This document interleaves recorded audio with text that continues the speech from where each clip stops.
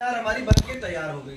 ठीक है, शीर्ष का उन्नयन कोण बच्चों क्या होता है? नीचे से ऊपर देखना। ठीक है ना, यही तो उन्नयन कोण होता है। तो कह रहा शीर्ष का उन्नयन कोण उसके आधार से, ये मीनार है, ये मीनार के आधार से 50√3 मीटर की दूरी पर, बच्चों ये आधार है और आधार से यदि हम 50√3 मीटर की दूरी तय करते हैं तो प्यारे साथियों वो है 60 डिग्री का कोण मीनार के शीर्ष, ये वर्टेक्स है, शीर्ष है। इस पर कितना कोण बना रहा है बेटा? इस पर बेटा 60 डिग्री का कोण बना रहा है। कितना डिग्री का? 60 डिग्री का। तो कह रहा है मीनार की ऊंचाई क्या है? मीनार की ऊंचाई क्या है? तो प्यारे बच्चों माना कि मीनार की ऊंचाई h है। कितनी है? h है। हाँ जी, माना मीनार की ऊंचाई बेटा h है। ठीक है ना, तो ध्यान देना आपको लंब का मान दिया गया है, आधार का मान दिया गया, तो किस अनुपात का प्रयोग करोगे? यदि लंब और आधार दिया जाए तो tan थीटा का यूज करते हैं, और लाल बटे का जो रूल होता है बच्चों, लाल बटे कक्का क्या कहता है? लंब बटे कर्ण साइन को डिनोट करेगा, आधार बटे कर्ण कॉस को डिनोट करेगा, और लंब बटे आधार जो होता है वो tan को डिनोट करता है, दर्शाता है। तो बच्चों ध्यान देना, tan 60 बराबर लंब बटे आधार, और लंब कितना है? लंब प्यारे साथियों AB का मान कितना है? Small h। आधार का मान कितना है बच्चों? 50√3। तो प्यारे साथियों tan 60 का मान कितना होता है? √3 बराबर h बटे 50√3। तो प्यारे साथियों इसका गुणा कर लेंगे, क्रॉस मल्टीप्लीकेशन, तो h बराबर कितना आएगा बच्चों? 50 गुणा √3 इंटू √3 हो जाएगा 3, रूट कैंसिल हो जाता है, तो बच्चों ये आएगा 150, 150 मीटर। तो बच्चों मीनार की ऊंचाई कितनी आ गई? 150 मीटर। तो हमारा आंसर हो गया B option is right. B option बिल्कुल प्यारे साथियों बिल्कुल सही है, बी ऑप्शन एकदम से सही है। ठीक है, हाँ जी, चलिए नोट कर लीजिए, जल्दी से नोट कर लीजिए, जल्दी से नोट करिए, और फिर हम अपना अगला क्वेश्चन देखते हैं तुरंत। ठीक है, फिर हम अपना अगला क्वेश्चन देखते हैं। थोड़ा सा किसी कारण से अभी हम आपकी कमेंट नहीं देख पा रहे हैं बच्चों। ठीक है, कमेंट अभी आपकी विजिबल नहीं है, तो इसलिए आप नोट करिएगा और फिर तुरंत हम जो है आगे बढ़ जाएंगे। ठीक है, चलिए बच्चों, हाँ जी, चलिए नेक्स्ट क्वेश्चन देखते हैं, अगला।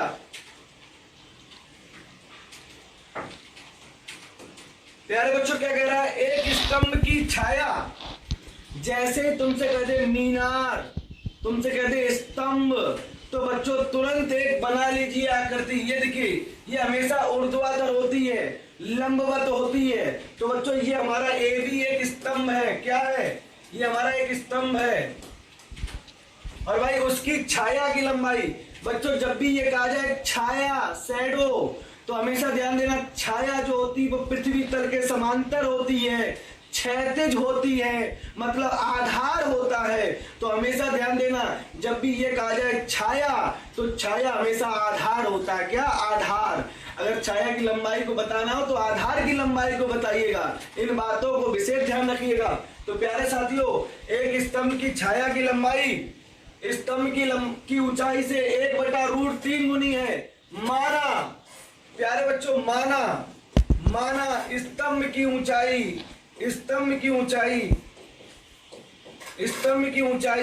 h है। कितनी है? स्मॉल h है। तो बच्चों प्रश्न के अनुसार क्या कह रहा है कि स्तंभ की ऊंचाई जो है, छाया की लंबाई जो है, वो स्तंभ की ऊंचाई की 1/√3 गुनी है। मतलब स्तंभ की ऊंचाई बच्चों h है, तो छाया की लंबाई कितनी हो जाएगी? 1/√3 h, मतलब गुना है। h से 1/√3 गुना है छाया की लंबाई। तो स्तंभ की लंबाई अगर h है तो बच्चों ध्यान देना छाया की लंबाई जो हो जाएगी 1/√3 h हो जाएगी। बताइए कोई दिक्कत है? इस बात को सभी विद्यार्थी समझ गए होंगे, मैं उम्मीद करता हूं बच्चों। वो स्तंभ की लंबाई h है और प्रश्न कह रहा है कि छाया की जो लंबाई है, और हमने कहा छाया जो होती है वो बच्चों आधार को डिनोट करती है। किसको? आधार। क्योंकि बच्चों ध्यान देना, जो आपकी छाया होती है वो हमेशा आधार पर बनती है। जब भी आप चलते हो जमीन पे, तो आप जब चलते हो तो पीछे से सूर्य जा रहा है, तो आपकी छाया जो है आपकी बिल्कुल क्षैतिज चलती है, आपको दिखाई देती है। देखो मेरी छाया जो कितनी लंबी जा रही है, ठीक है ना। तो बच्चों वही बात कह रहा है कि जो स्तंभ है जिसकी लंबाई h है, उसकी छाया की लंबाई जो है बच्चों h/√3, मतलब 1/√3 गुनी है। तो कह रहा है सूर्य का उन्नयन कोण। बच्चों उन्नयन कोण का मतलब होता है नीचे से ऊपर देखना, तो सूर्य का उन्नयन कोण मानक थीटा है। तो प्यारे साथियों यहां से हम लिखेंगे, यहाँ थीटा बराबर लंब/आधार। लंब कितना है? h, आधार कितना है? h/√3। प्यारे साथियों tan थीटा बराबर बच्चों h के नीचे अगर कुछ भी नहीं है, जिस संख्या के नीचे कुछ भी नहीं होता है उसके नीचे 1 होता है, तो बच्चों ये h/1 हो जाएगा। बच्चों ये अब भाई इस बाहरी गुणा अंदर गुणा कर देंगे, तो बच्चों आएगा h√3/h। बच्चों h से h कैंसिल हो जाएगा। तो प्यारे साथियों हमारे पास बचा tan थीटा बराबर √3 किसका मान होता है? tan 60 का मान होता है। तो बच्चों थीटा बराबर आ जाएगा 60 डिग्री। यही पूछा गया था कि कोण बताइए। कोण कितना आ गया? 60 डिग्री। हाँ जी 60 डिग्री आ गया, ठीक है। कोई दिक्कत नहीं होगी। बस एक ही बात समझने वाली थी कि जो स्तंभ की लंबाई है और छाया की जो लंबाई है वो स्तंभ की लंबाई से 1/√3 गुनी है। 1/√3 गुनी, वो हमने लिख दिया, ठीक है। चलिए बच्चों नोट करिएगा, फिर हम अपने अगले क्वेश्चन पे चले जाएंगे। किसी कारणवश हम अभी आपकी कमेंट नहीं देख पा रहे हैं, ठीक है ना। थोड़ा सा इसमें टेक्निकल प्रॉब्लम हो गई है, थोड़ी सी टेक्निकल प्रॉब्लम हो गई जिस वजह से हम कमेंट नहीं देख पा रहे हैं, ठीक है। तो आप अगर कोई कमेंट कर रहे हैं तो अभी व्यर्थ है, ठीक है। अभी आप देखिएगा, लगातार सिर्फ समझिएगा, ठीक है।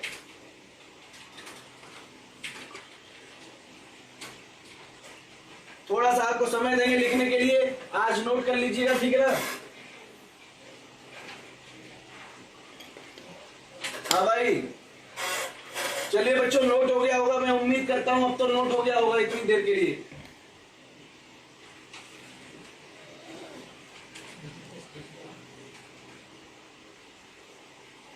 चलिए बच्चों नेक्स्ट क्वेश्चन देखते हैं।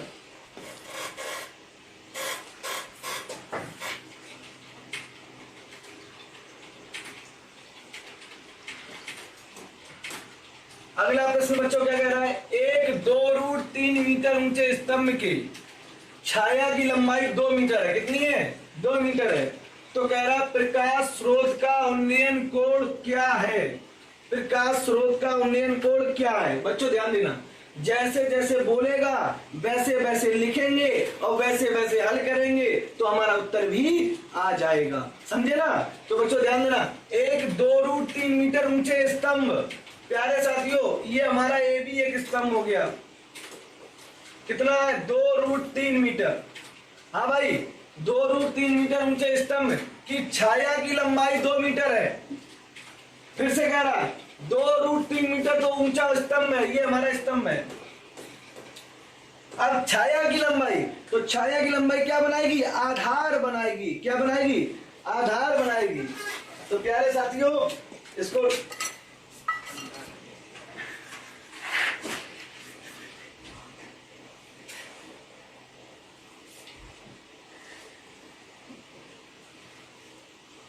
दो रूट 3 मीटर ऊंचे स्तंभ की छाया की लंबाई, तो बच्चों क्या हो जाएगा?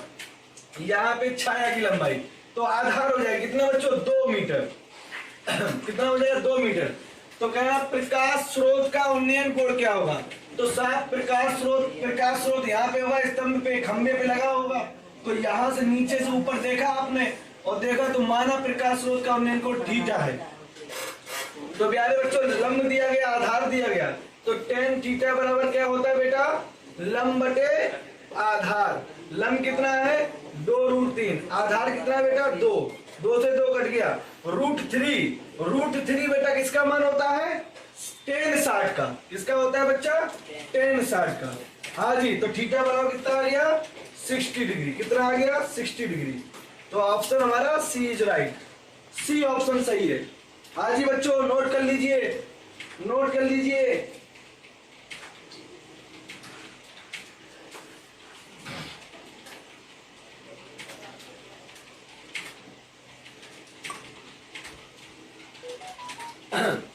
नोट कर लीजिए प्यारे बच्चों। तो हमेशा ध्यान देना, जब भी ये कहा जाए छाया, तो छाया बच्चों आधार को डिनोट करती है। किसको? आधार को। ठीक है। और बच्चों ध्यान देना, कभी सीढ़ी का नाम ले, सीढ़ी, सीढ़ी की अगर लंबाई दी जाए, सीढ़ी की लंबाई, तो ये कर्ण को बताती है। किसको? कर्ण, कर्ण भुजा को। ठीक है, चलिए नोट हो गया होगा। नेक्स्ट क्वेश्चन देखते हैं, अगला देखते हैं। ठीक है,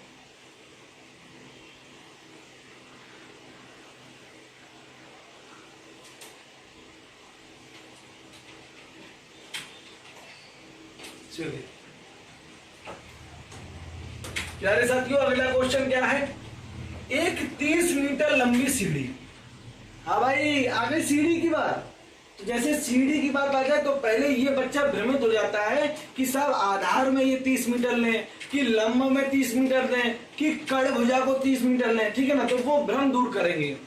एक 30 मीटर लंबी सीढ़ी, हाँ जी, 15 मीटर ऊंची दीवार। बच्चों जैसे दीवार आ जाए, दीवार हमेशा ऊर्ध्वाधर रहेगी। दीवार हमेशा, दीवार कभी जमीन पे तो बिछाई नहीं जाती। हाँ जी बताओ, दीवार जमीन पे होती नहीं, और ना दीवार इस तरह कर्णनुमा होती है। दीवार तो हमेशा वर्टिकल होती है। ठीक है, अमूमन जनरल जो सत्य बात होती है, दीवारें हमेशा ऊर्ध्वाधर होती हैं। अपने कमरे की दीवारें देखो। तो बच्चों ये दीवार हमने बना ली, ये देखिए दीवार।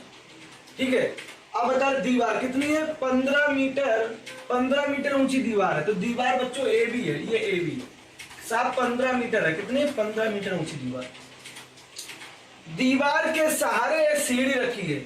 बच्चों सीढ़ी जो होती है कभी लंबी लंबी नहीं रखी जाती है भाई, एकदम एकदम सीढ़ी रखो थोड़ा सा तिरछी हो जाएगी, कर्णनुमा, कर्ण की तरह, कर्ण की तरह, कर्ण भुजा की तरह थोड़ी सी तिरछी रहेगी सीढ़ी। तो दीवार के सहारे रखी, तो बच्चों ये सीढ़ी जो है ना यहां रखी गई होगी। ये सीढ़ी, ये सीढ़ी कितने? 30 मीटर, 30 मीटर लंबी हमने सीढ़ी रख दी। और ये हमारी दीवार है, ये दीवार है बेटा, ये दीवार है। इस तरह खड़ी है कि उसका ऊपरी जो सिरा है ना बच्चा, वो दीवार के शीर्ष को स्पर्श करता है। ये देखो ऊपरी भाग यही जो स्पर्श कर रहा है दीवार के शीर्ष को। और बच्चों क्या कह रहा है? सीढ़ी, सीढ़ी भूमि के तल से कितना कोण बना रही? प्यारे विद्यार्थियों, ये भूमि है और भूमि के तल से, भूमि के तल से कितना कोण बना रही है? तो बच्चों हमें थीटा ज्ञात करना है। अब यहां पर ये बताइए बच्चा, आपके पास लंब का मान दिया गया, कर्ण का मान दिया गया, तो साइन थीटा बराबर, तो फिर कौन सा अनुपात लोगे? Sine theta. क्यों बच्चों? लाल बटे कक्का से क्या होता है बच्चा? लंब बटे कर्ण, लंब बटे कर्ण। तो साइन थीटा बराबर क्या होता है? लंब बटे कर्ण। एक हमें लंब दिया गया और एक आधार कर्ण दिया गया, इसलिए हम साइन थीटा का प्रयोग करेंगे। तो एल का मान कितना है? 15 है। एम के का मान कितना है? 30 है। काट दो बच्चों, ये 2 बार जाएगा, 1/2 और 1/2 प्यारे साथियों किसका मान होता है? साइन में, साइन 30 का मान होता है। बच्चों साइन से साइन कैंसिल आउट, तो थीटा बराबर कितना हो गया? थीटा बराबर 30 डिग्री हो गया। कितना हो गया? 30 डिग्री हो गया। तो प्यारे साथियों हमारा answer A option is right, A option is right. ठीक है ना साहब? चलिए उम्मीद करता हूं समझ में आया होगा, समझ में आया होगा बच्चों। नोट करते रहिएगा, ठीक है ना? अभी आपकी किसी कारणवश हम कमेंट नहीं देख पा रहे हैं, ठीक है, इसलिए आप कुछ बोल भी रहे होंगे तो हम नहीं समझ पाएंगे। ठीक है साहब?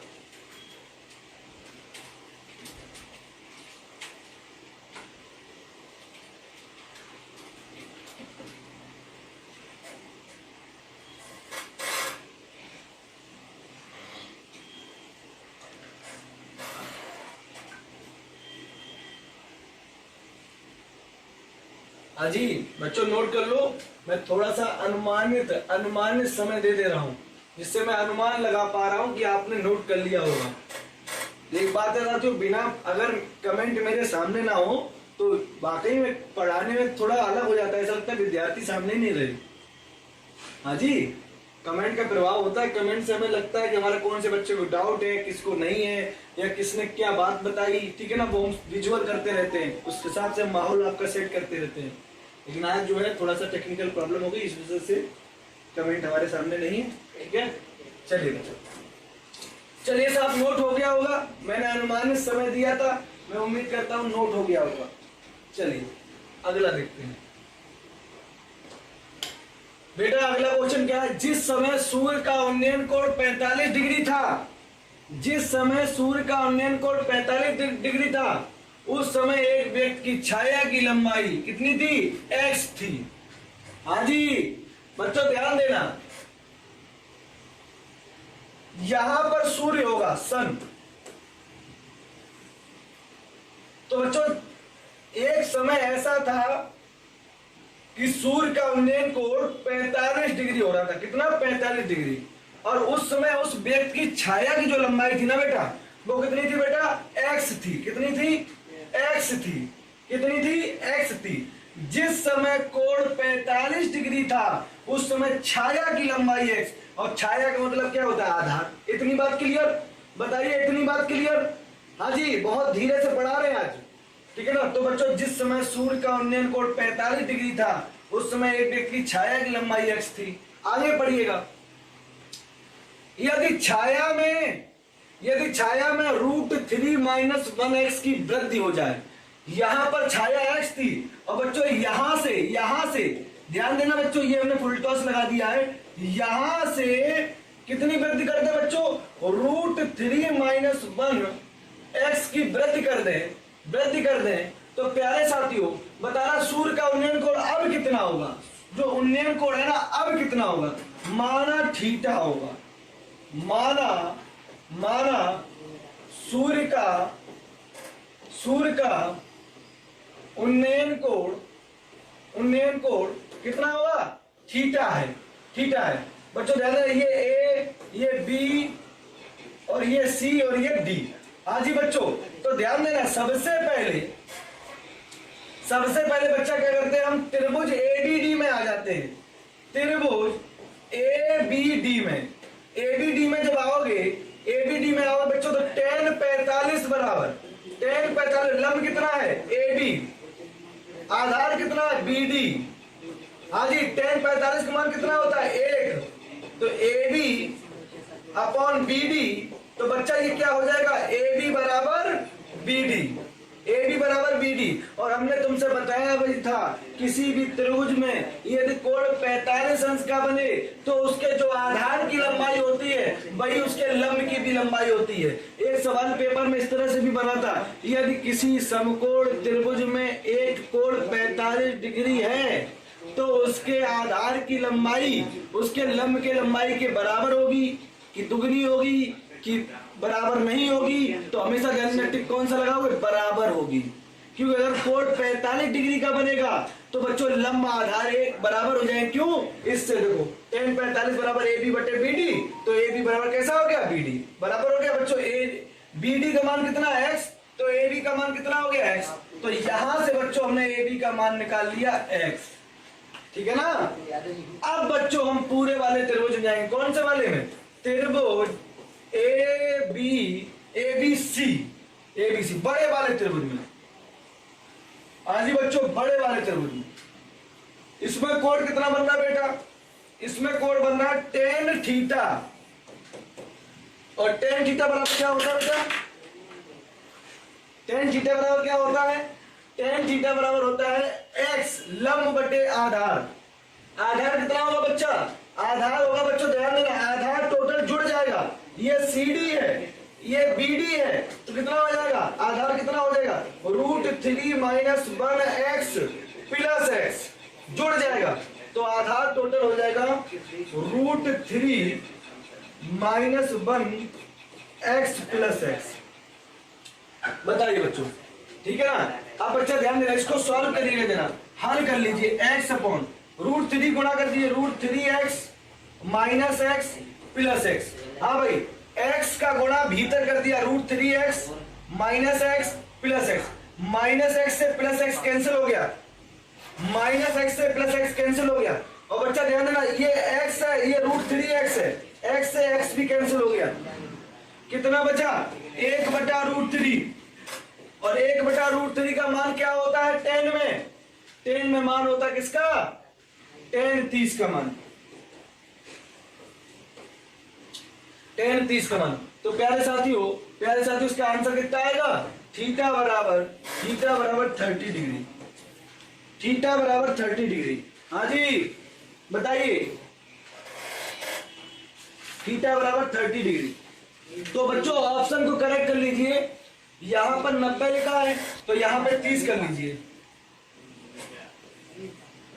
यहां पर 30 कर लीजिए, तो ए ऑप्शन सही हो जाएगा, ए ऑप्शन सही हो जाएगा। ठीक है, तो उम्मीद करता हूं बच्चों समझ में आया होगा, सबको समझ में आया होगा। आज कमेंट नहीं लिख रही, इस वजह से हमें समझ में भी नहीं आ रहा कि आपको समझ में आया कि नहीं आया। फिर भी हम एक अनुमान लगाते हैं बच्चों कि आपको समझ में जरूर आया होगा। ठीक है प्यारे साथियों, नोट कर लीजिए, नोट कर लीजिए बेटा। विशेष कठिन नहीं था, जिस तरह हम समझा रहे हैं मैं उम्मीद करता हूं आपको खूब समझ में आया होगा।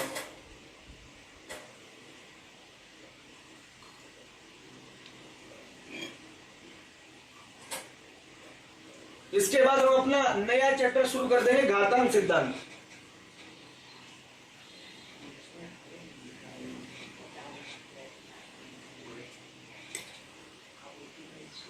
नोट कर ले पहले।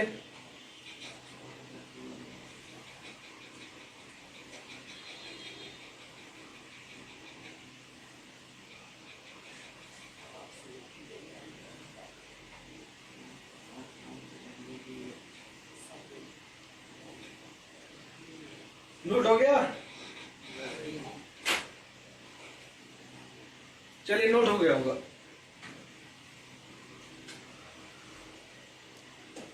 हाँ भाई, अगला क्वेश्चन क्या है? एक हवाई जहाज जमीन पर उड़ता है ना? हवाई जहाज कहाँ उड़ता है? हवाई जहाज आसमान में उड़ा करता है, ठीक है ना? तो हमेशा जब भी कहे हवाई जहाज, तो हवाई जहाज बच्चों आसमान में बना दीजिए। ये हवाई जहाज हमारा बन गया, छोटा सा बन गया। हमने बस हम तो डिनोट कर रहे हैं ना हवाई जहाज कहाँ होगा। तो बच्चों एक हवाई जहाज के ठीक दाएं और ठीक बाएं, बच्चों जब भी तुम कॉपी पे लिखते हो तो बच्चों ध्यान रखना, जो दायां हाथ मतलब सीधा होता है वो दाईं तरफ होता है, बायां हाथ, बायां मतलब बेकार हाथ, अमूमन बायां हाथ बेकार होता है। बेकार मतलब बच्चों लेफ्ट हैंड, समझे? लेफ्ट हैंड से बहुत कम लोग वर्क करते हैं, तो रेयर में होता है, कुछ लोग हैबिचुअल होते हैं जो बचपन से लेफ्ट हैंड से वर्क करते हैं। लेकिन हाँ, बायां मतलब बेकार, ये लेफ्ट हैंड। तो बच्चों जो तुम्हारी कॉपी पर दायां हाथ जिससे तुम लिख रहे हो वो राइट हैंड साइड हो गई और ये बायां हाथ लेफ्ट हैंड साइड हो गई, ठीक है ना? इस बात को भी ध्यान रखिए, दिशा सूचक यंत्र है। तो एक हवाई जहाज के ठीक दाएं एवं बाएं नदी में दो जहाजों के अवनमन कोण ये लिखा है बच्चों 60 डिग्री है, 60 डिग्री, और यहाँ पे 50 डिग्री, ठीक है ना? 45 डिग्री है। तो बच्चों ध्यान देना, अवनमन कोण का मतलब होता है, अवनमन कोण मतलब ऊपर से नीचे देखना, ऊपर से नीचे देखना। और जहाज किस में उड़ते हैं? जहाज आसमान में उड़ते हैं। जहाज कहाँ उड़ते हैं? पानी वाले जहाज, जहाज जो होता है वो पानी वाला जहाज होता है। शिप जो होते हैं पानी में, जमीन पे, जमीन में पानी भरा होता है और पानी में समुद्रों में तैरते हैं वो, समझे ना मेरी बात? तो ध्यान देना बच्चों, एक हवाई जहाज है, उसके ठीक दाएं, दाएं मतलब सीधी तरफ,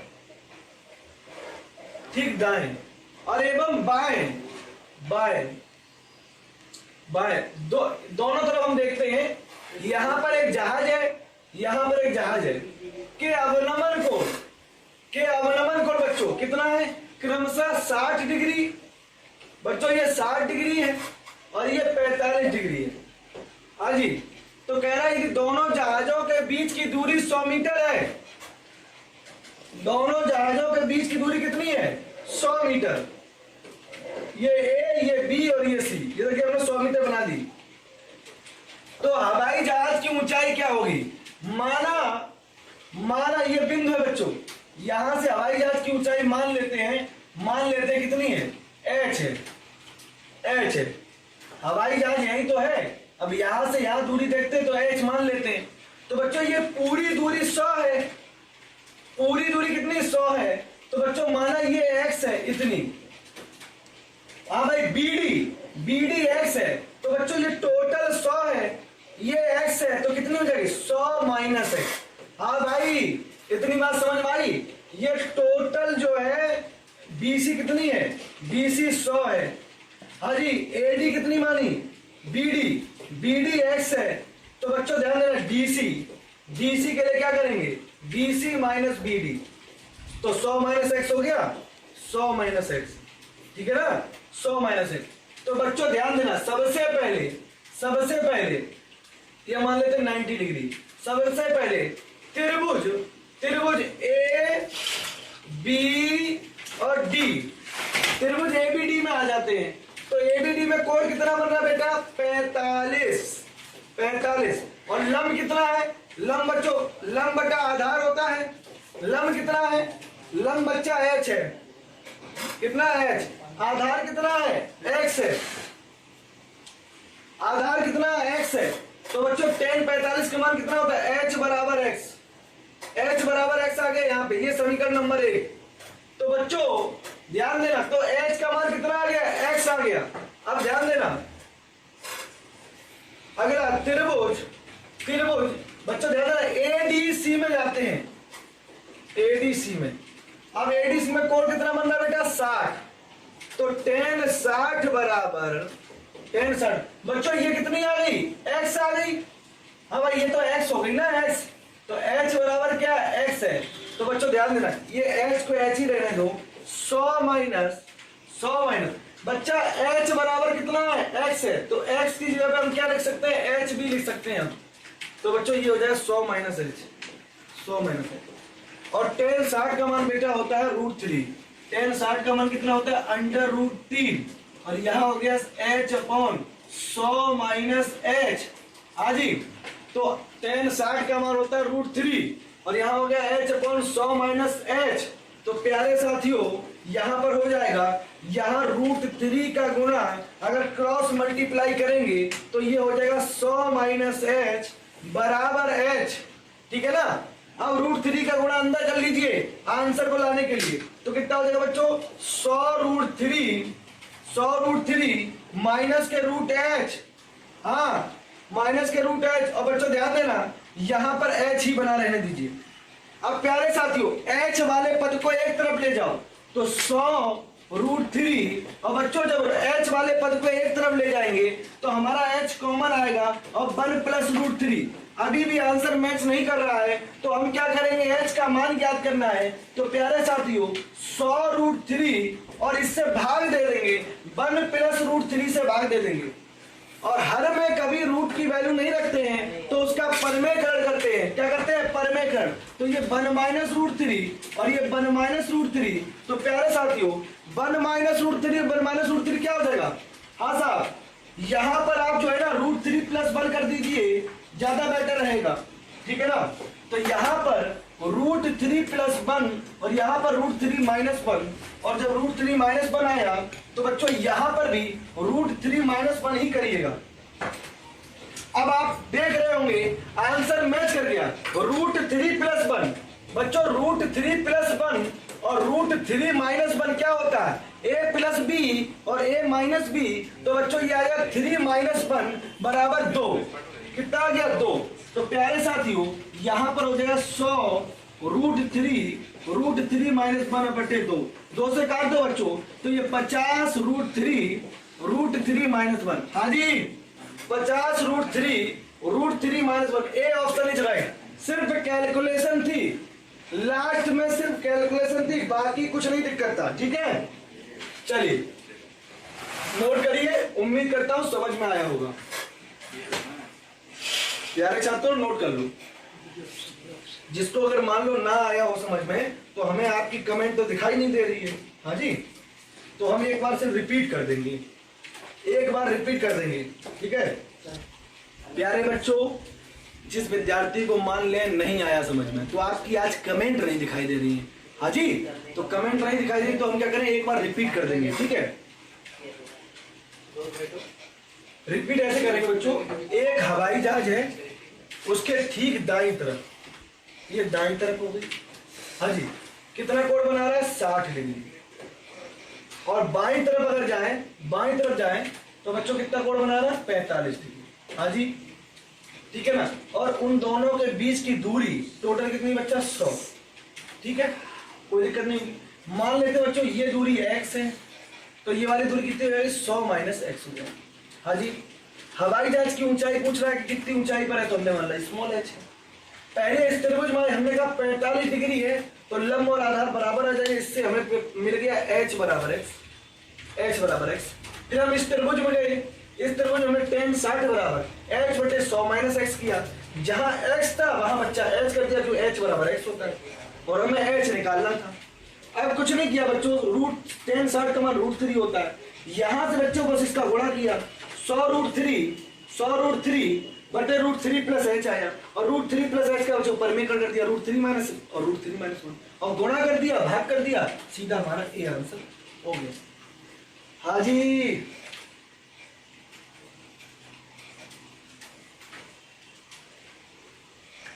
चलिए बच्चों नोट कर लो, और नोट हो जाए तो बता दो। कमेंट की बड़ा दिक्कत है।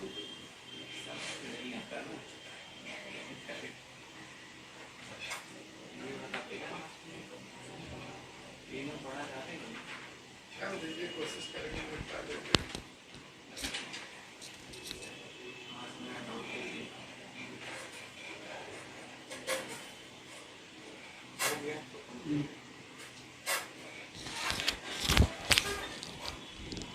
चलिए बच्चों उम्मीद करता हूँ नोट हो गया होगा, जहां तक मैं अनुमान लगा रहा हूं तो नोट हो गया होगा, ठीक है। चलिए ठीक है,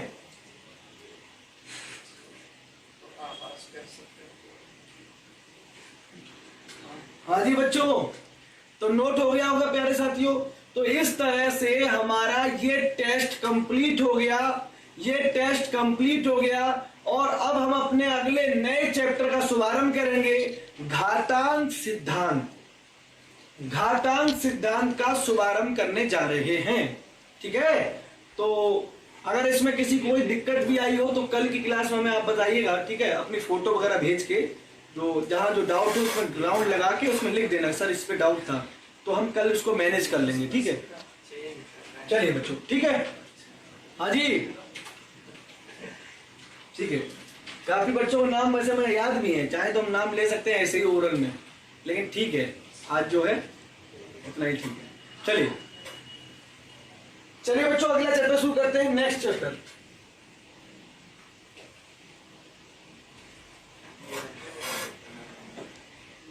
बिल्कुल नए पेज से सभी विद्यार्थी चैप्टर का नाम डालें घातांक सिद्धांत। क्या नाम डालें? घातांक सिद्धांत। अगला चैप्टर हमारा है घातांक सिद्धांत।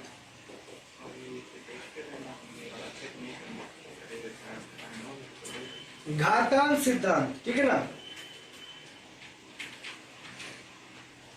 हाँ भाई, घातांक सिद्धांत, ठीक है। ये हमारा नए पेज से हेडिंग डालो, पहले चैप्टर का नाम डालिए घातांक सिद्धांत, फिर हम आगे इसकी कार्रवाई शुरू करते हैं, ठीक है। चलिए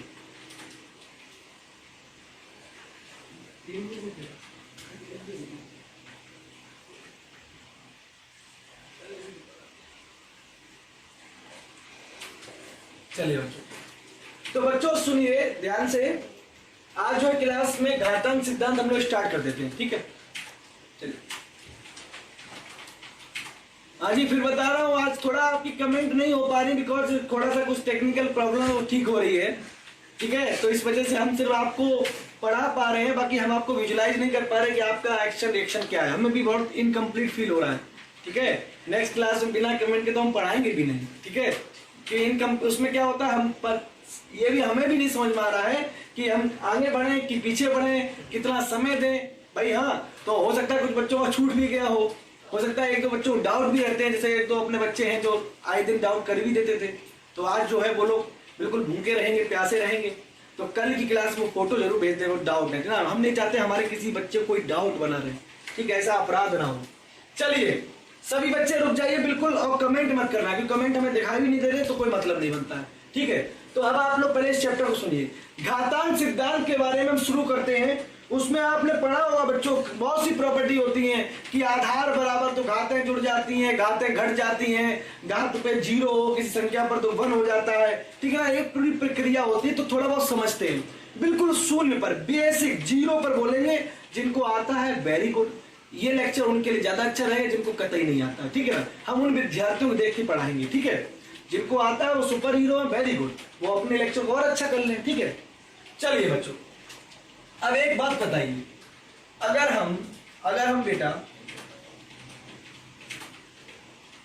2 into 2 2 को 2 बार गुणा करते हैं, 2 को 2 बार गुणा करते हैं, तो बच्चों क्या आएगा, कितना आएगा, 4 आएगा, कितना आएगा, 4 आएगा, 4 आएगा। और बच्चों 4 को हम क्या ले सकते हैं, 2 की पावर, ऐसे लिख सकते हैं कि नहीं लिख सकते, ये बताइए। तो बच्चों ध्यान देना, अगर इसी चीज को समझते जाना, बिल्कुल बहुत बारीकी समझना घातांक सिद्धांत को, हाँ जी। तो प्यारे साथियों, इसको हम लिख सकते हैं 2 की पावर 2, हाँ जी, बताइए कोई दिक्कत। अब हम क्या करते हैं, 2 को बिल्कुल हर बार एक क्वेश्चन भी आता है, तुम लोग यहीं पे कहीं ना कहीं मार खा जाते हो। घातांक सिद्धांत से एक फायदा ये भी है, ये कहीं ना कहीं आपकी मैथमेटिक्स की कैलकुलेशन यही अच्छा करता है। हम लोगों को जहाँ कॉन्सेप्ट आता है और फिर जहाँ पर आप लोग भूल जाते हो, कैलकुलेटिव मिस्टेक हो जाती है, वो घातांक सिद्धांत जो पढ़ लेता है, समझ लेता है बारीकी से, वो चीज बढ़िया। रट होगी तो बात अलग है, समझना चीज जरूरी है। तो बच्चों 2 को अब की बार कितने बार गुणा कर रहे हैं बच्चों, 4 बार। कितने बार कर रहे हैं, 4 बार। जब 2 को 2 बार गुणा किया, 2 तो 2 पर 2 लगाया, 2 पर 2 लगाया, और जब 2 को 4 बार गुणा करेंगे तो 2 पर कितना होगा, 4 हो जाएगा कि नहीं हो जाएगा। मुझे लगता है कोई दिक्कत नहीं होगी, बिल्कुल ठीक, बिल्कुल समझ में आ रहा होगा। बहुत बेसिक से बता रहे हैं, बहुत बेसिक से, बिल्कुल शून्य पर, ठीक है ना प्यारे विद्यार्थियों। इसी प्रकार यदि हम 2 को 2 गुणा 2 गुणा 2 गुणा 2 गुणा डॉट डॉट डॉट n बार, कितने बार, n बार। प्यारे बच्चों, मेरे प्यारे साथियों, जब 2 को 2 बार गुणा किया तो कितना गया, 2 की पावर 2 लिख सकते हैं। 2 को 4 बार गुणा करोगे तो 2 पर 4 लिख सकते हैं। तो इसी प्रकार 2 को कितने बार, n बार गुणा किया तो हम लिख सकते हैं 2 की पावर n, लिख सकते हैं। तो बच्चों ध्यान देना, इसी को अगर जनरल रिजल्ट में लिखा जाए, अगर हम जनरल रिजल्ट में लिखें, एक सामान्य विधि में लिखें, तो सामान्य विधि की अगर बात करें, जो मेरा रिजल्ट है, इसके तुरंत बाद जो मेरा रिजल्ट है, यदि प्यारे बच्चों a गुणा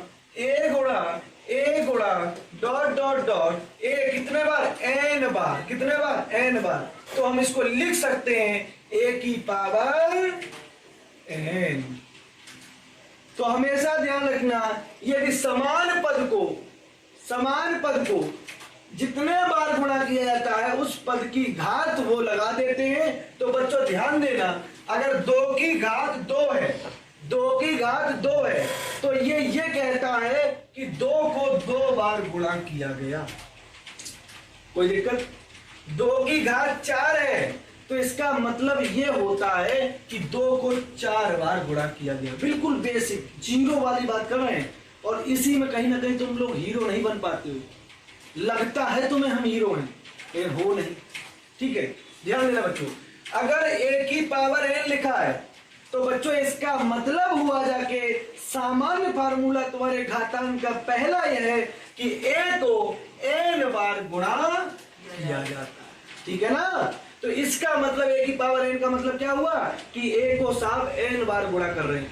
यहां पर बेटा, यहां पर जो n होता है, इसको बोलते हैं घातांक या घात, और जो a होता है, खूब पढ़ते हो लॉग में, आधार। तो ये कितना होता है, ये बेस होता है और वो पावर होती है, समझे ना।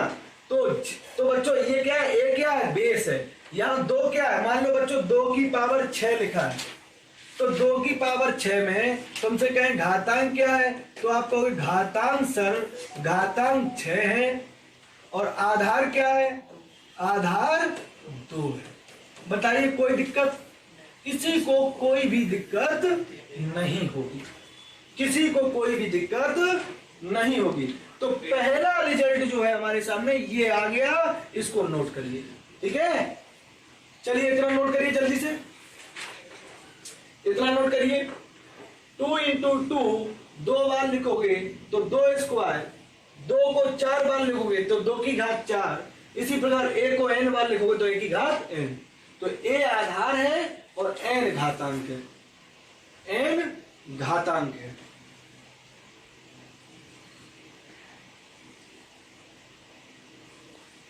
इतना नोट करिए, इतना पूरा नोट कर लीजिए, ये लाइन नोट करिए, फिर उसके बाद ये नोट करिए, फिर इसके बाद इसी प्रकार डालिए, फिर ये रिजल्ट। इस रिजल्ट को ना अपनी कॉपी में भी, अपनी कॉपी में ऐसे ही बंद करो बॉक्स में, ऐसे अभी कई रिजल्ट अभी तुम्हें मिलेंगे, कई रिजल्ट इसी तरह मिलेंगे, ठीक है, इसी प्रकार से। चलिए नोट हो गया होगा, अब हम नेक्स्ट देखते हैं।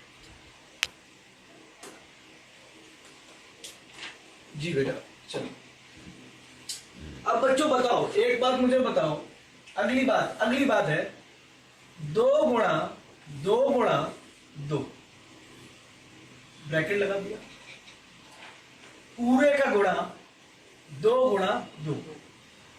हाँ जी बताओ, अभी आपने पढ़ा कि 2 को कितने बार लिखा गया बच्चों, 3 बार। यहां 2 को कितने बार लिखा, 2 बार। तो बच्चा यहां क्या हो गया, इसको क्या ले सकते हो आप, इसको क्या ले सकते हो, 2 की पावर 3। हाँ जी, एक रिजल्ट आने वाला है, सबसे महत्वपूर्ण रिजल्ट की तरफ हम भाग रहे हैं, जो अभी आपको तुरंत दर्शन हो जाएंगे। इसको 2 की पावर 3, और बच्चों इसको क्या ले सकते हैं, 2 की पावर 2 लिख सकते हैं। बताइए कोई दिक्कत। तो प्यारे साथियों ध्यान देना, ये कितने बार है, ये 2 3 बार है, ये 2 बार है, तो कुल कितना हो जाएगा, 2 5 बार, 5 बार ही तो हो जाएगा भाई। ये 2 3 बार लिखा है, ये 2 बार लिखा है, तो इसका मतलब कितना बार लिखा गया, 2 5 बार गुणा किया गया। और देख भी सकते हो 1 2 3 4 5 बार दिया गया। तो प्यारे बच्चों, मेरे प्यारे साथियों, आप लिख सकते हो 2 को 3 धन 2। बताइए कोई दिक्कत, 3 धन 2 लिख सकते हो। 3 धन 2 का मतलब कितना हो गया, 5 हो गया, 5 हो गया कि नहीं हो गया। तो बच्चों ध्यान देना, 2 इसका मतलब क्या है, 2 को यदि 3 बार गुणा कर रहे हो, 2 को 2 बार गुणा कर रहे हो, तो आपने क्या लिखा, 2 की घात 5। और 5 का मतलब क्या हो गया कि जो आप जितने बार गुणा कर रहे हो उनको जोड़ा जाता है। बहुत जीरो पे बात कर रहा हूं, लेकिन ये बहुत मजबूत बात है, टिकाऊ बात, जो आप डायरेक्ट रटते हो उससे पहले थोड़ा सा समझ लीजिए और फिर बाकायदा उसको तैयार कर लीजिए। बच्चों इसी प्रकार,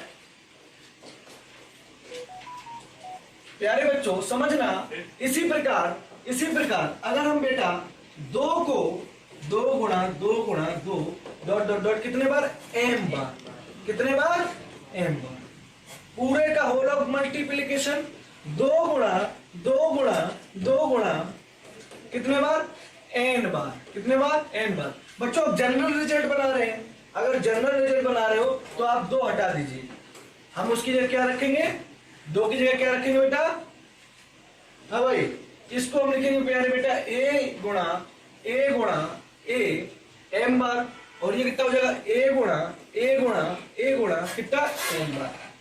हाँ जी, ये m बार और ये n बार। तो बेटा अभी हमने बताया, यदि किसी एक संख्या को जितने बार गुणा करते हैं उसको क्या लिख देते हैं, a की घात n। बताइए कोई दिक्कत, a की घात n। और गुणा जिस संख्या को इस संख्या कितने बार गुणा किया बच्चों, n बार गुणा किया, तो इसको लिख सकते हैं a की घात n। हाँ भाई बताइए। तो बच्चों ध्यान देना, तो यहां पर क्या आएगा, जब 2 को 3 बार गुणा किया, 2 को 2 बार गुणा किया तो 5 आया। 5 का मतलब क्या हो गया, 3 बार, और और 2 बार जो गुणा किया गया उसका योग। तो प्यारे साथियों, ठीक इसी प्रकार हम लिख सकते हैं a को n बार, तो क्या लिख सकते हैं n प्लस n। यही मोस्ट अवेटेड रिजल्ट आपके सामने, बहुत ज्यादा महत्वपूर्ण रिजल्ट आ गया। कौन सा रिजल्ट? a की पावर m और a की पावर n क्या होता है? am plus n।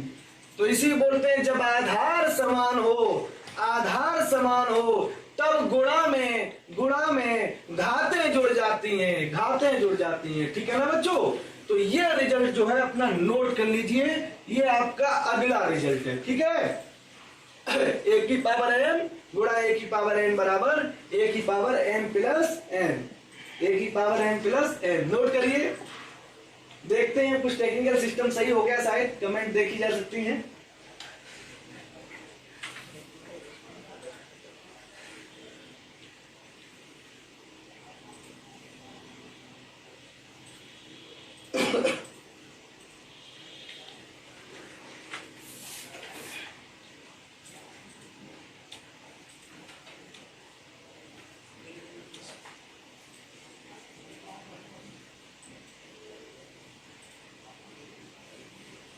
चलिए, हाँ भाई, नोट हो जाए तो अब की बार कमेंट देना, ठीक है बच्चों?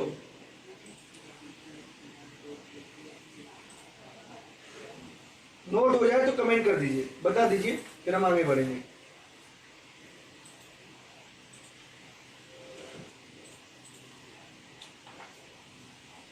तो ये हमारा अगला रिजल्ट हो गया कि जब आधार समान हो तो घातें जुड़ जाती हैं। ठीक है,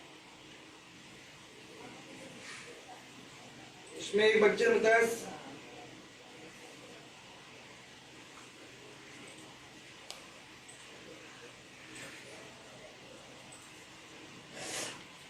आपसे क्या था, पहले कोई साथी आपके साथ पढ़ा। ठीक है, चलिए,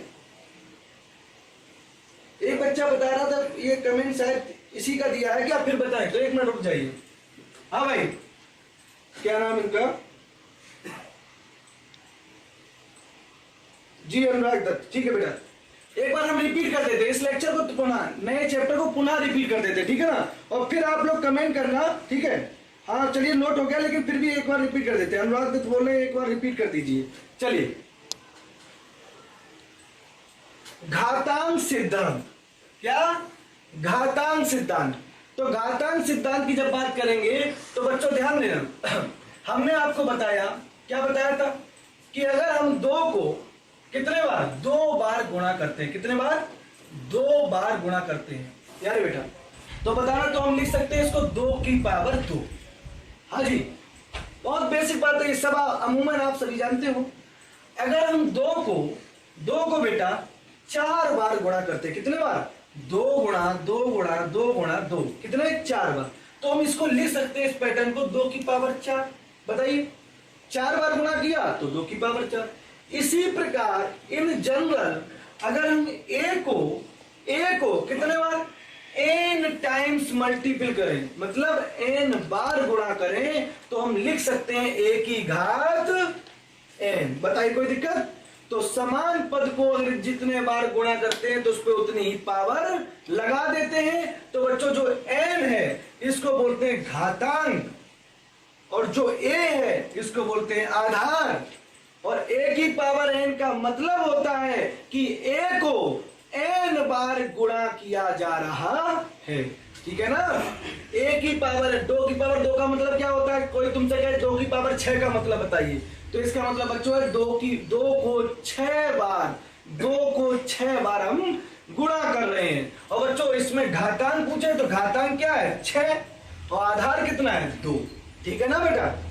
और नेक्स्ट जो अगली स्लाइड है वो हमारा दूसरा रिजल्ट पे है। उसमें क्या कहता है बच्चों? ये आप जानते हो, यदि 2 को 3 बार गुणा किया और 2 को 2 बार गुणा किया, तो आप जानते हो 2 को 3 बार गुणा करेंगे तो अभी हमने बताया, लिख सकते हैं इसको 2 की पावर 3। और 2 को 2 बार गुणा किया गया तो इसको लिख सकते हैं 2 की पावर 2। हाँ जी, तो बच्चों ध्यान दें, इसको फाइनली कितने बार लिख सकते हैं? ये 3 बार गुणा हुआ, ये 2 बार गुणा हुआ, तो मैथमेटिक्स हिसाब से कितना हो गया बेटा? 5 बार गुणा। तो इसको लिख सकते हैं 2 की पावर 5। और प्यारे बच्चों ध्यान से देखना, 5 को आप क्या लिख सकते हो, 3 धन 2, बताओ लिख सकते हो। इसका मतलब है जितने बार जो तत्व गुणा होता है उतने ही बार उसमें वो पावर जोड़ दी जाती है, ठीक है ना। तो बच्चों ध्यान देना, इसी प्रकार हम a को यदि n बार गुणा करते हैं, अगेन a को n बार गुणा करते हैं, तो इसको बच्चा क्या लिख सकते हो, a की पावर n, a की पावर n। तो ठीक इसी प्रकार ये 2 की घात 5 को हम 2 की घात 3 धन 2 लिख सकते हैं, तो ठीक इसी प्रकार a की घात क्या लिख सकते हैं, m प्लस n। ये हमारा दूसरा रिजल्ट है कि यदि आधार समान हो तो घातें जुड़ जाती हैं। इसी पे क्वेश्चन भी काफी कराएंगे बच्चों, ठीक है। चलिए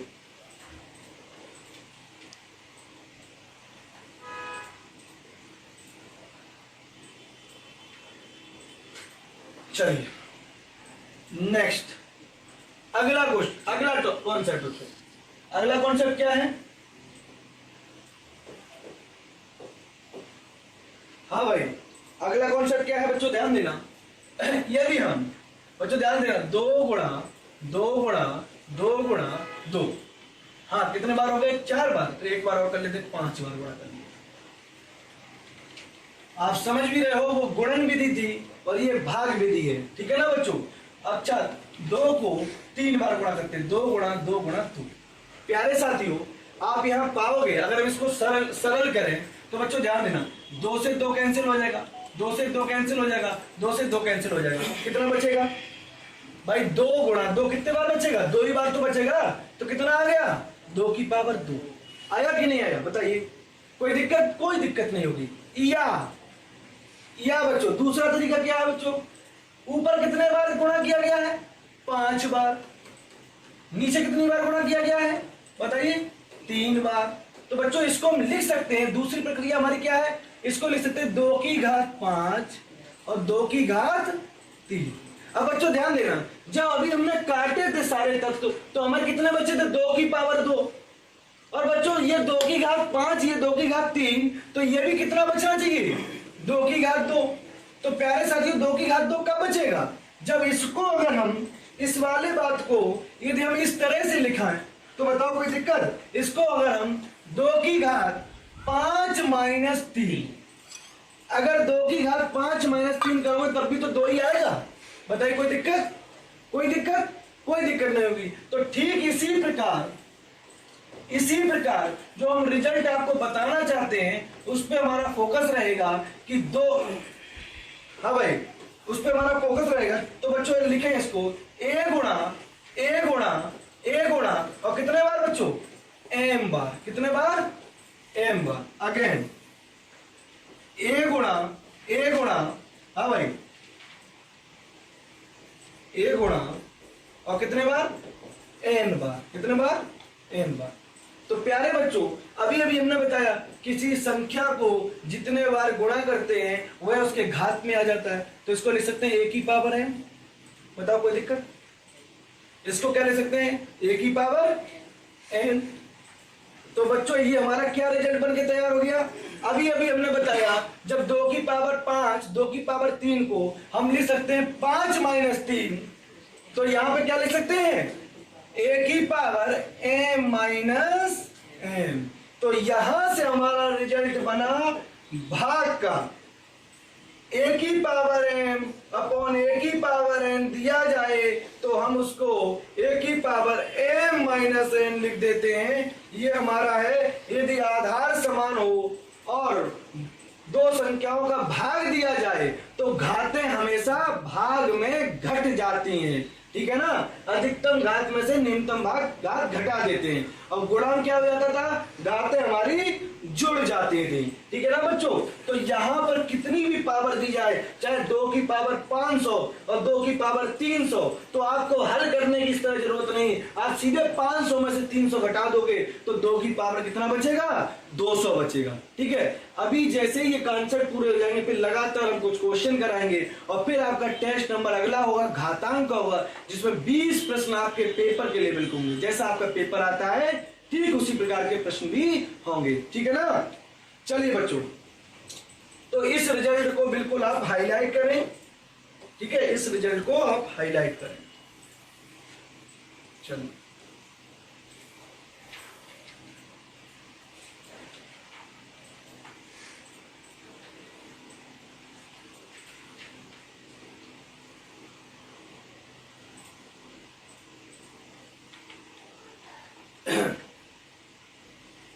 एक बार कमेंट कर देना बच्चों अगर नोट हो गया तो।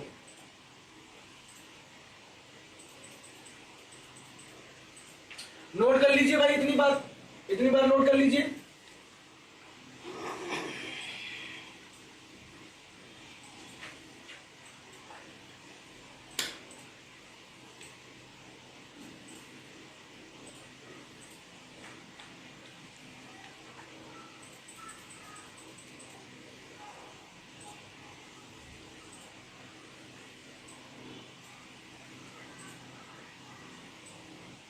चलिए नोट हो गया।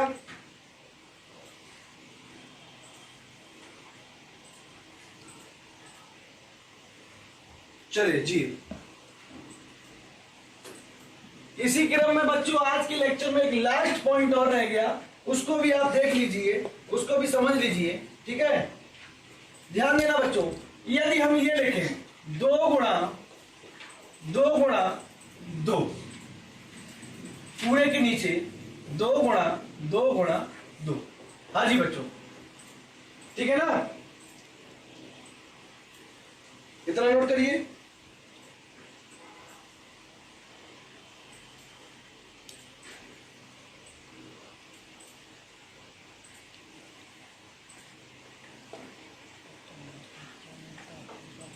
तो बच्चों यहां क्या है, ये 2 कितने बार लिखा गया, 3 बार, और ये 2 कितने बार लिखा गया, 3 बार। तो बच्चों ये समान पद है, कट जाके कितना आएगा बच्चों, 1 आएगा। ध्यान देना, 1 आएगा। या हम ऐसे भी तो लिख सकते हैं बच्चों, अभी पढ़ा था भाग विधि में, क्या पढ़ा था, 2 की पावर m बटे 2 की पावर n। तो हम लिख सकते हैं 2 की पावर m माइनस m। बताओ ये लिख सकते हैं। तो ठीक इसको हम क्या लिख सकते हैं बच्चों, 2 की पावर 3 तो लिख सकते हैं 2 की घात 3 माइनस 3। लिख सकते हैं कि नहीं लिख सकते, बताइए। और जब इसको लिख दोगे तो बच्चों क्या आएगा, 2 की पावर 0, और 2 की पावर 0 का मतलब क्या हो गया बच्चों, अभी हम ये नहीं कह रहे 1 होता है। देखिए बच्चों, ये हल करेंगे तो कितना आया था, 1 आया था। तो इसका मतलब ये भी तो वही बात है, 2 की घात 3, और 3 में से 3 गया 2 की पावर 0, और यहां पर जब हल किया 1 आया, और यहां हल करेंगे तो कितना आएगा, 1 आएगा। तो बच्चों 2 की घात 0 कितना आ गया, 1 आ गया। ठीक इसी प्रकार अगर हम जनरल रिजल्ट की बात करें, अपने सामान्य फार्मूला की बात करें, तो बच्चों ध्यान देना, a गुणा कितने बार, m बार। कितने बार बच्चों, m बार। अगेन पूरे के नीचे a गुणा डॉट m बार। कितने बार, m बार। तो बच्चों इसको लिख सकते हैं a की पावर m, और इसको लिख सकते हैं a की पावर m। भाई m बार समान बार है ना। तो बच्चों अभी भाग विधि से हमने पढ़ा था, जो पावर होती है भाग में क्या हो जाती है, घट जाती है। तो इस नियम के हिसाब से a की पावर m माइनस m हो जाएगा, और m माइनस m बच्चों क्या बचेगा, a की पावर 0। और प्यारे विद्यार्थियों, ये भी a की पावर m बार है, समान बात है, ये भी समान है। तो बच्चों बनाएगा कि नहीं आएगा। तो फाइनली इसको अगर 2 की पावर 0 बनाया तो a की पावर 0 कितना आएगा, 1 आएगा। यहां से क्लियर हो गया कि किसी भी नॉन जीरो संख्या है बच्चों, अशून्य संख्या है, तो उसमें अगर a की पावर 0 आए तो उसको हमेशा 1 लिखते हैं। क्या लिखते हैं, जैसे 3 की पावर 0 तो कितना आएगा, 1। 4 की पावर 0 कितना आएगा, 1। समझे ना बच्चों। तो हमेशा कितना आएगा, 1 आएगा। ठीक है, नकारात्मक नेगेटिव संख्या नहीं होनी चाहिए, पॉजिटिव संख्या होनी चाहिए। ठीक है ना। तो हमेशा ध्यान रखना, किसी भी संख्या पर यदि पावर 0 लगा दे तो उसका मान कितना हो जाएगा, 1 हो जाएगा। यही घातांक में आपने खूब पढ़ा होगा कि a की घात 0 कितना होता है, 1 होता है। ठीक है, तो एक बार थोड़ा सा रिपीट कर देते हैं बच्चों। हाँ भाई, हम लोगों ने पढ़ा यदि किसी संख्या को n बार गुणा किया जाए, n बार गुणा किया है तो उसको क्या ले सकते हैं बच्चों, a की पावर n। और a की पावर n का मतलब होता है कि a को n बार गुणा किया जा रहा है, a को n बार गुणा किया जा रहा है। सेकंड रिजल्ट हमने कौन सा प्रूव किया, सेकंड रिजल्ट हमने ये देखा कि गुणा में यदि आधार समान हो आधार समान हो तो गुणा में घातें जुड़ जाती हैं। दूसरी इंफॉर्मेशन हमें ये मिली। तीसरी इंफॉर्मेशन लाने के लिए हमने क्या किया बेटा, तीसरी इंफॉर्मेशन क्या कि भाग में यदि आधार समान हो तो घातें कैसी हो जाती है बच्चों, घट जाती हैं, घातें घट जाती हैं। और अंतिम जो इंफॉर्मेशन है, और भी एक दो इंफॉर्मेशन वो कल की क्लास में मिलेंगी, तो बच्चों ध्यान देना, यदि किसी संख्या पर घात 0 हो तो उसका मान हमेशा कितना होता है, 1 होता है। ठीक है, इस बात को ध्यान रखना। तो इतना नोट कर लीजिए सभी बच्चे, इतना नोट कर लीजिए। आज के लिए इतना ही, फिर हम मिलते हैं अपनी नेक्स्ट क्लास में। ठीक है, इतना सभी नोट कर लीजिए बच्चों, आज के लिए इतना ही। ठीक है, फिर हम लोग नेक्स्ट क्लास में मिलते हैं। अनुराग दत्त ट्रिग्नोमेट्री का 16 नंबर। चलिए बच्चों नेक्स्ट क्लास में वो करा देंगे, ठीक है ना। हम समझ रहे हैं, हाँ वो अंतिम क्वेश्चन जो था, चलिए उस